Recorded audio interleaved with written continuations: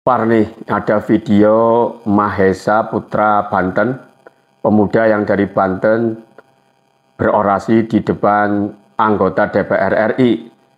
Beliau tentunya sangat mewakili rakyat kecil ya, yang mana rakyat itu tertindas. Dan bagi kita yang belum terbuka mata hatinya, yuk kita buka mata hati kita dan dengarkan apa yang disampaikan oleh Mahesa, pemuda dari Banten ini.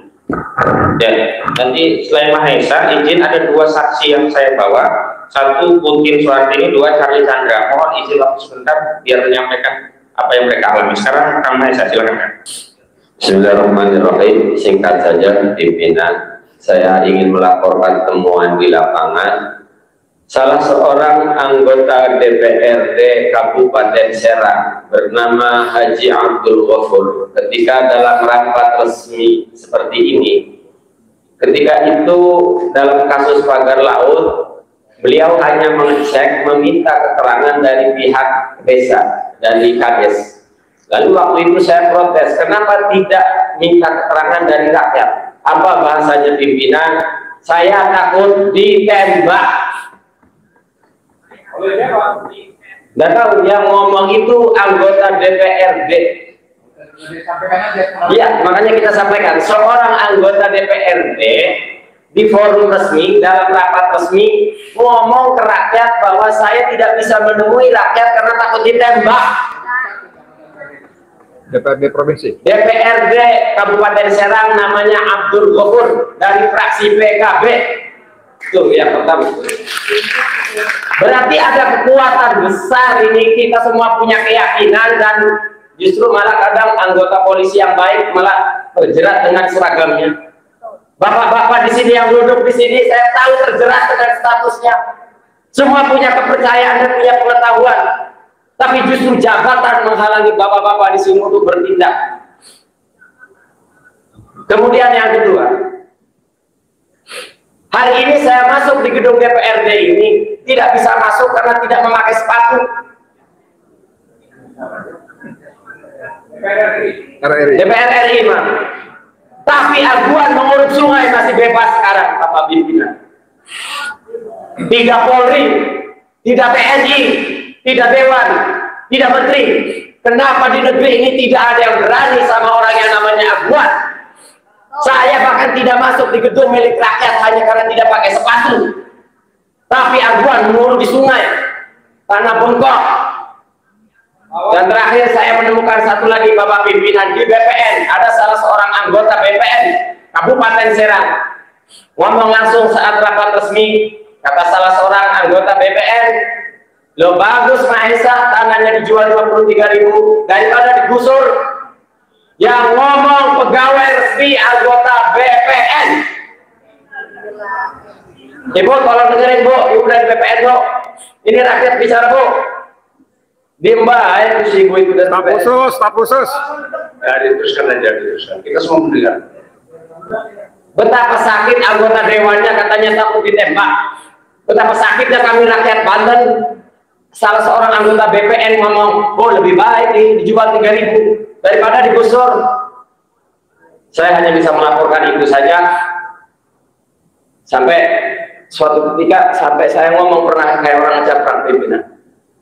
Jadi kalau pemerintah negara tidak mampu menangani satu aguan, kedua, maka tolong jadikan Banten zona bebas hukum 48 jam biar kami rakyat yang bertindak pimpinan. Sekian, terima kasih. Cari dulu, singkat aja ya, kronologis ya. Ya, terima kasih Pak pimpinan yang saya hormati.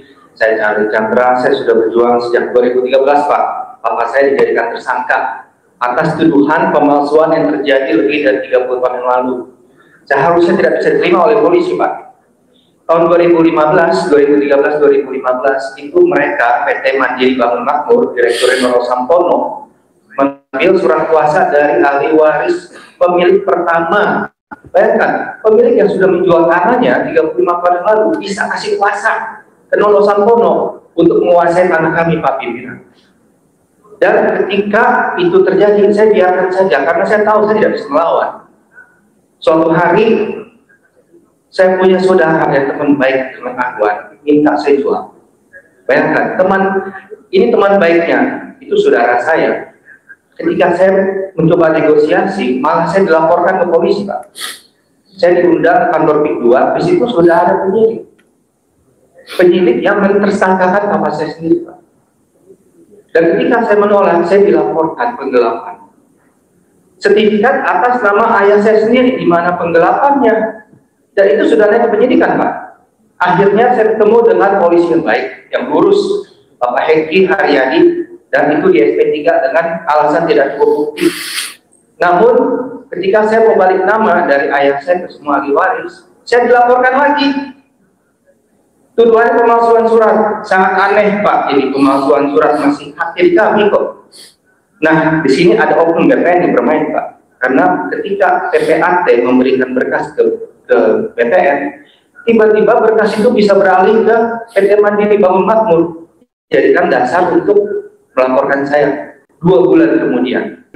Jadi bulan Januari kita mengajukan balik nama, 22 hari kemudian BPN wilayah Banten membatalkan sertifikat saya yang sudah berumur 35 tahun dengan alasan cacat administrasi. Padahal kami ada putusan pengadilan, kami menang, Pak. Ini BPN kok bisa menjadi pengadilan sendiri? Setelah dibatalkan, 1 bulan kemudian saya dilaporkan. Bayangkan, apa hak mereka melaporkan saya ketika saya mau balik nama? Sertifikat itu masih atas nama ayah saya kok. Apa hak mereka? Nggak ada hak sama sekali. Tapi kita sebagai rakyat biasa, nggak ada yang dengar, Pak. Saya sudah di ruangan ini, November 2023, duduk di kursi yang sama, melaporkan hal ini. Apa yang terjadi seminggu kemudian saya dijadikan tersangka. Nggak ada yang bisa melindungi kami kecuali Tuhan, Pak. Sekarang saya berharap kepada pemerintahan yang baru agar keadilan bisa dilakukan. Saya minta agar kriminalisasi terhadap saya dihentikan di Polda Banten. Saya minta ini dihentikan di SP3. Karena tidak ada tindak pidana, saya mau balik nama sebelum adanya pembatalan. Kalau saya mau balik nama sesudah ada pembatalan, oke, paham. Ini sebelum, mereka nggak ada hak, Pak. Dan kedua, saya sudah minta kepada Bapak Nusron Wahid untuk memulihkan SHM saya. Karena SHM yang sudah 35 tahun tidak bisa dibatalkan dengan alasan cacat administrasi. Hak pentabis sudah hilang. Harus ada putusan pengadilan.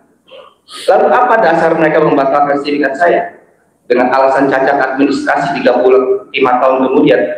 Dasarnya adalah permintaan dari Nono Sampono yang memberikan jaminan bahwa BPN tidak akan kena sanksi pidana dan perdata. Itu saja dari saya. Terima kasih, Pak Pimpinan. Dr. Alisandra, terima kasih.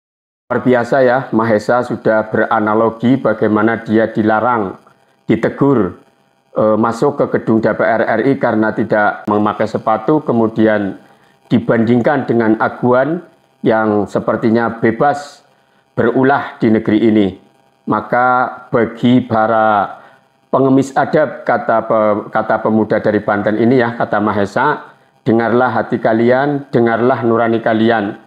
Tentunya adab memang utama, tapi jangan berlindung kepada adab untuk berbuat yang biadab.